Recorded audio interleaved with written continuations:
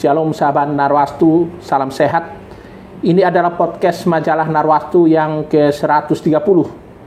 Kali ini kami mengundang seorang tokoh gereja dan juga termasuk dalam tokoh Kristen inspiratif pilihan Narwastu 2010, yaitu Bapak Pendeta Manuel Raintung. Beliau saat ini dipercaya sebagai Ketua 2 Sinode GPB, salah satu sinode terbesar di Indonesia. Beliau juga pernah menjadi Sekretaris Umum PGI Wilayah Jawa Timur, juga mantan Sekum PGI Wilayah DKI Jakarta, dan pernah juga menjadi Ketua Umum PGI Wilayah DKI Jakarta. Dan saat ini masih dipercaya sebagai Ketua Majelis Pertimbangan PGI Wilayah DKI Jakarta. Dan beliau ini bukan figur yang asing lagi di kalangan tokoh-tokoh gereja di Indonesia. Beliau dikenal sebagai aktivis gerakan ekumene dan tokoh lintas agama di DKI Jakarta. Kita akan berbicara nanti tentang gerakan ekumene, juga tentang sidang raya PGI ke-18 yang akan diadakan pada bulan November di Tanah Toraja, Sulawesi Selatan. Shalom Bang Pendeta Raintung. Shalom. Salam sehat Bang ya. Ya, luar biasa sehat ya. Iya. Di tengah kesibukan yang luar biasa, saya biasanya menyapa beliau ini Bang Raintung. Saya sudah mengenal beliau ini dari tahun 2007. Jadi percakapan kami sudah cukup lama dan banyak pikiran-pikiran atau berita-beritanya yang muncul di majalah kita, di majalah Narwastu. Bang Raintung, ini kan Abang sudah mengikuti juga tentang sidang raya ke-18 PGI yang akan diadakan di Tanah Toraja pada November 2024 ini. Abang tentu mencermati agenda ini. Boleh tahu Bang, apa catatan Abang tentang rencana sidang raya ke-18 PGI yang akan diadakan pada akhir 2024 ini? Silakan Bang. Iya, terima kasih Condro. Saya ini kalau berbicara tentang sidang raya, saya bukan 1-2 kali mengikuti sidang raya. Sidang raya yang pertama saya ikuti adalah tahun 1989 di Surabaya. Itu saya baru selesai Sekolah Tinggi Teologi Jakarta. Saya sebagai peninjau di sidang raya tahun 89 di Surabaya. Kemudian saya mengikuti sebagai peserta pertama kali dalam sidang raya PGI yang diadakan tahun 2000 di Palangkaraya. Saya sebagai Sekum PGI Jawa Timur pada saat itu. Kemudian pada saat 2004 saya sebagai panitia sidang raya PGI yang diadakan di Kinasih, di Wisma Kinasih. Kebetulan GPIB dan GPI sebagai tuan dan nyonya rumah. Itu 2004. 2009 saya mengikuti sidang raya PGI sebagai delegasi PGI Wilayah DKI Jakarta di Mamasa. Dan pada saat itu saya dicalonkan oleh GPIB untuk Wakil Sekretaris Umum PGI di Mamasa tahun 2009. 2014 saya juga hadir di sidang raya di Nias dan mewakili PGI Wilayah DKI Jakarta. Saya direkomendasikan oleh GPIB untuk menjadi Wakil Sekretaris Umum. Di 2019 sidang raya ke-17 PGI yang diadakan di Sumba, saya dicalonkan oleh GPIB sebagai calon sekretaris umum. Kira-kira itu perjalanan saya dari sidang raya demi sidang raya sejak 1989 sampai dengan 2019. Jadi sudah 6 sidang raya tuh. Ya. Dan mungkin kehadiran saya di sidang raya berkaitan dengan saya yang menjalankan tugas selaku fungsionaris Majelis Pekerja Harian PGI wilayah, baik di Jawa Timur maupun di Jakarta. Di Jawa Timur saya 1 periode, di Jakarta saya 3 periode. Jadi 4 periode saya bertugas baik selaku sekretaris umum maupun ketua umum. Di DKI Jakarta saya 2 kali sekretaris umum full time. Nah, itulah riwayat saya tentang sidang raya, dan sekarang sidang raya yang akan datang ini adalah sidang raya yang ke-18. Akan diadakan tanggal 8 sampai 14 November 2024 ini di Tanah Toraja. Dan kami GPIB tentu sudah mempersiapkan, sudah mempercakapkan, bahkan sudah menetapkan utusan-utusan dan bahkan calon-calon yang dipersiapkan untuk Majelis Pekerja Harian, Badan Pengawas Perbendaharaan, dan Majelis Pertimbangan. Kira-kira begitu. Iya. Bang Rantung, bukan rahasia umum lagi, ada satu kader GPB yang cukup menonjol saat ini di MPHPG ya.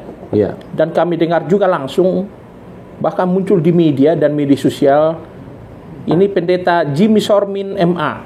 Iya. Disebut-sebut sebagai calon sekretaris umum PGI. Ya, kita konfirmasi Bang ya. Iya. Sebenarnya bagaimana dukungan Sinode GPB terhadap pendeta Jimmy Sormin? Iya. Karena kita belum ada klarifikasi, katakanlah dari pihak Sinode GPB. Iya. Ya, kebetulan saya selaku fungsionaris Majelis Sinode GPIB yang ke-21,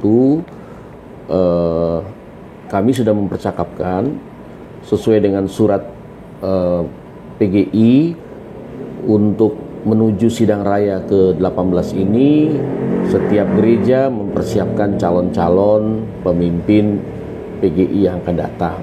Dan saya menegaskan bahwa Majelis Sinode GPIB per Januari 2024 ini telah memberikan rekomendasi kepada Saudara Pendeta Jimmy Marcos Immanuel Sormin lengkapnya. Beliau saat ini menjalankan tugas sudah 2 periode berturut-turut di PGI selaku Sekretaris Eksekutif bidang KKC, bidang kesaksian dan keadilan dan keutuhan ciptaan. Ini bidangnya marturia. Dan karena GPIB saat ini mengusung dan mengedepankan intergenerasional, maka itu berarti kita juga harus mempersiapkan kader muda. Kader muda artinya orang-orang yang muda pun bisa memiliki peran yang cukup representatif, apalagi di dalam gereja, khususnya persekutuan gereja-gereja di Indonesia. Jadi per Januari 2024, saya lupa tanggalnya, kami sudah menyampaikan surat kepada Majelis Pekerja Harian PGI, surat rekomendasi untuk mengusung atau mencalonkan Pendeta Jimmy Marcos Immanuel Sormin, atau biasa dikenal dengan Jimmy Sormin, untuk dicalonkan menjadi sekretaris umum, bahkan wakil sekretaris umum. Jadi 2 jabatan ini memungkinkan. Jikalau tidak mendapatkan kesempatan sebagai sekretaris umum, beliau juga kami calonkan untuk menjadi wakil sekretaris umum. Iya. Iya. Dan dalam surat itu juga disampaikan berturut-turut kami punya 1 calon untuk menjadi anggota Badan Pengawas Perbendaharaan BPP PGI dan Majelis Pertimbangan PGI. Kebetulan Majelis Pertimbangan, Majelis Sinode GPIB menugaskan saya untuk dicalonkan sebagai Majelis Pertimbangan PGI pada periode yang akan datang.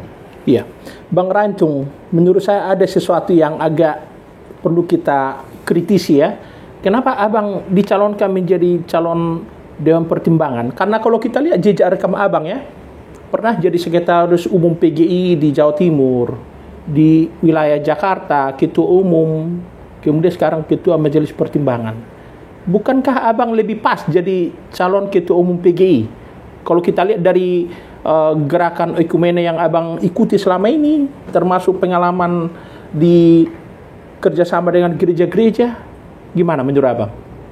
Iya, tentu ukuran pengalaman itu ya memang sudah terukur ya. Saya kan sejak 2009 dicalonkan wakil sekretaris umum, 2014 wakil sekretaris umum, 2019 sekretaris umum.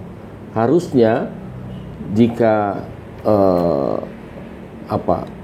melihat kesempatan, saya bisa untuk mencalonkan diri sebagai ketua umum kah atau sekretaris umum kembali di sidang raya ke-18 ini. Tapi seperti yang saya sampaikan tadi, bahwa tentu GPIB tidak hanya melihat nilai dari pengalaman-pengalaman saja, tetapi kami melihat bahwa intergenerasi itu kita tempatkan pada bahagian depan. Kalau GPIB mengusung orang yang dipersiapkan walaupun dia usia yang relatif muda, Pak Jimmy Sormin ini kalau nggak salah belum 40 tahun atau 40 tahun ya. Sekarang nanti 2024 ini, disitulah sesungguhnya gereja memiliki peran bahwa dia harus memberikan kesempatan kepada orang-orang yang muda. Di sini letaknya intergenerasi itu dipentingkan. Saya menganggap bahwa pengalaman saya di PGI wilayah maupun pengalaman saya di dalam kesempatan-kesempatan pencalonan sidang raya sudah cukup. Artinya walaupun saya memiliki reputasi pengalaman ekumenis yang cukup baik, bukan berarti saya harus memaksakan diri mencalonkan. Saya melihat bahwa kaderisasi ekumene ini harus ada. Iya. Dan ini yang saya kedepankan memang. Tapi seandainya Bang, surat rekomendasi itu misalnya katakanlah dicabut kembali, diganti dengan yang baru, abang sebagai calon ketua umum PGI, gimana?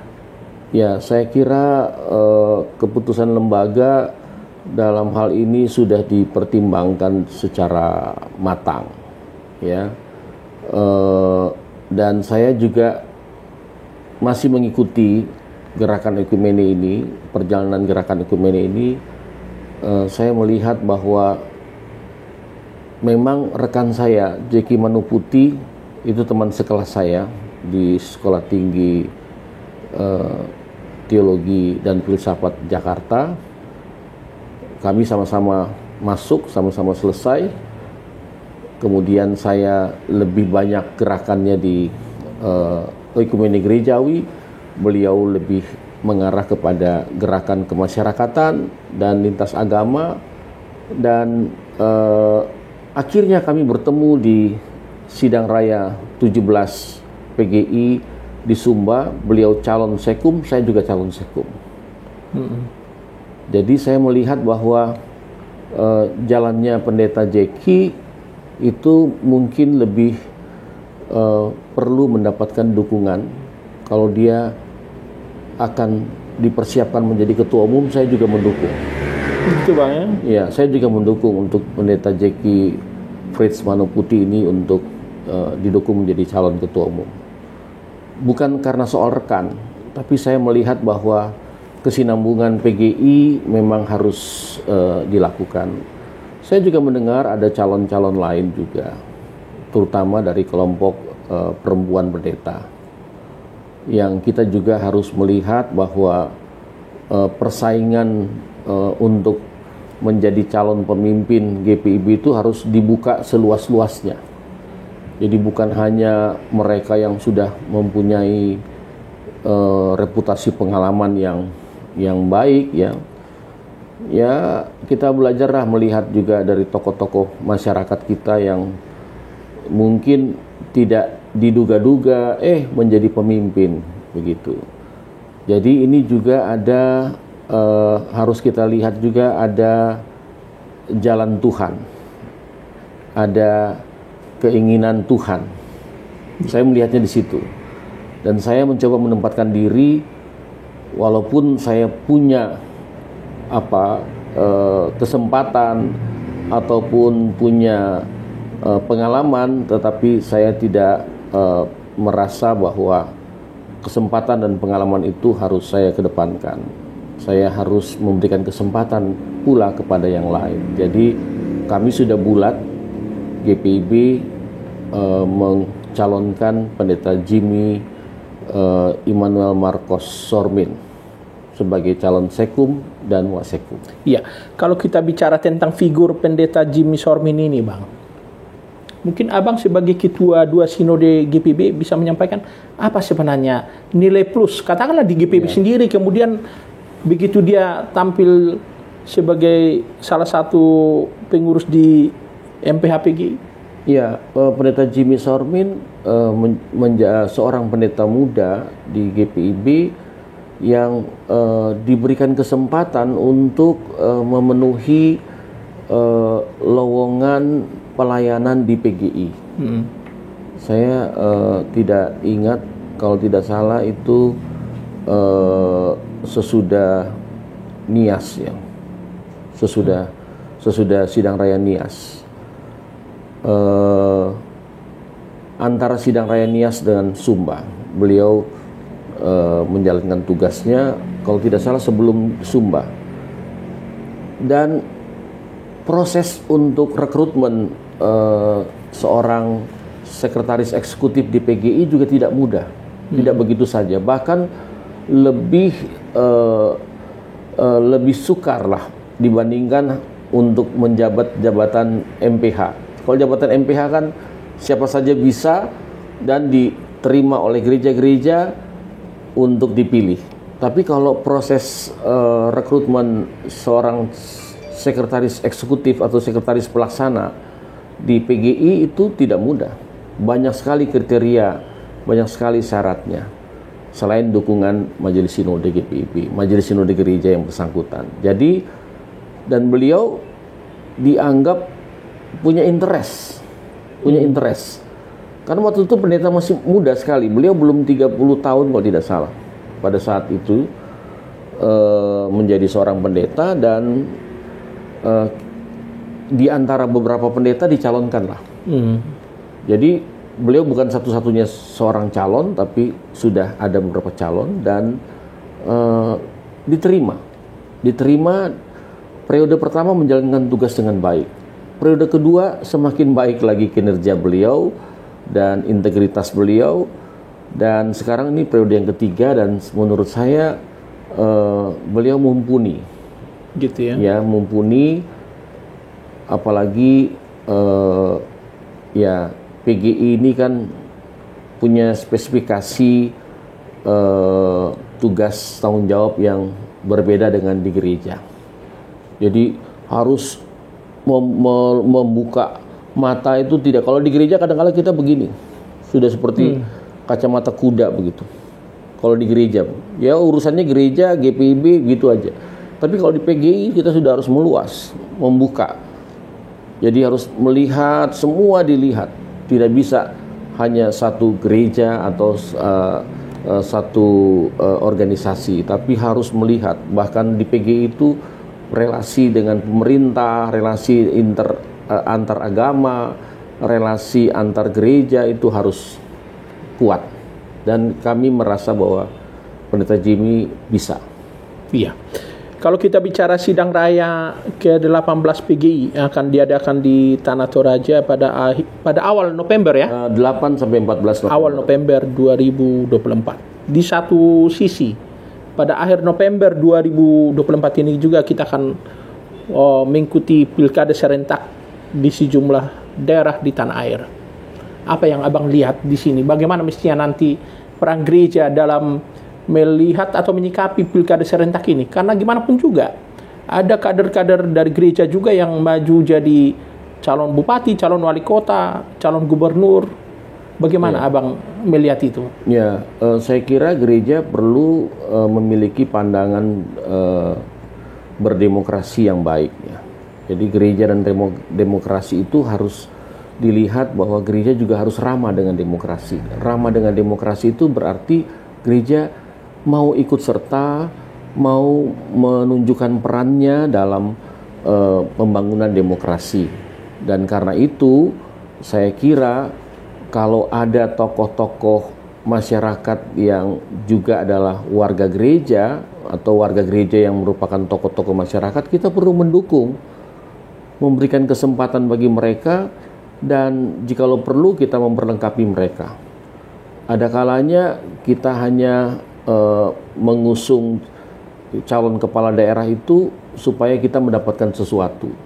Harus dibalik, gereja mengusung calon kepala daerah karena gereja merasa ini penting dalam rangka kesinambungan demokrasi.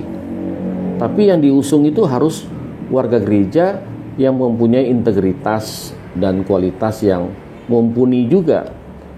Jadi bagi setiap orang yang berkesempatan untuk mencalonkan diri menjadi seorang pemimpin, apakah pemimpin gereja ataupun pemimpin pemerintahan, saya kira selain dia memperlengkapi dirinya, kita juga sebagai lembaga keumatan harus juga bisa memperlengkapi umatnya ini, supaya umat kita itu benar-benar dapat menjalankan tugasnya tidak karena suatu kepentingan, apalagi kepentingan material, tapi betul-betul kepentingan yang dapat membangun kehidupan yang berkelanjutan ini. Begitu ya. Ya. Jadi kalau ada kepala pendeta yang mau mencalonkan ya silahkan, tapi tentu ya dia harus fokus. Bukan ada larangan untuk pendeta menjadi calon kepala daerah. Tapi kalau pendeta mencalonkan diri sebagai kepala daerah ya sebaiknya memang fokus. Jangan mau terus di jemaat, mau terus juga di masyarakat. Dia harus memisahkan diri untuk lebih fokus. Iya. Ya, di daerah-daerah tertentu saya tahu ada beberapa kesempatan pendeta yang mau mencalonkan diri. Iya. Dan ada yang juga menjadi calon legislatif, ya, itu ada. Kepala daerah juga ada. Oke. Yang terakhir, Bang. Bisa Abang sampaikan apa harapannya kepada wakil-wakil rakyat dari Kristen yang terpilih di Pileg 2024 yang lalu, termasuk harapan Abang kepada warga gereja dalam menyambut presiden dan wakil presiden terpilih 2024 ini?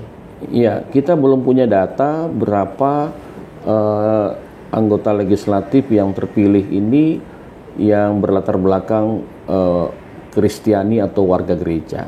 Kita lagi sementara mencari datanya, dan saya kira kita harus mendukung mereka. Kita harus punya peran pastoral kepada mereka. Jangan sampai kita hanya mau memberikan proposal, tapi juga harus memberikan nilai pastoral supaya mereka dapat bekerja dengan penuh kebaikan, banyak kerja keras mereka, kerja ikhlas mereka, kerja tulus mereka. Itu yang harus kita bangun kepada warga gereja yang terpilih menjadi anggota legislatif. Dan mungkin bagi gereja-gereja tertentu yang memiliki anggotanya yang menjadi anggota legislatif, saya kira mereka harus didampingi pula.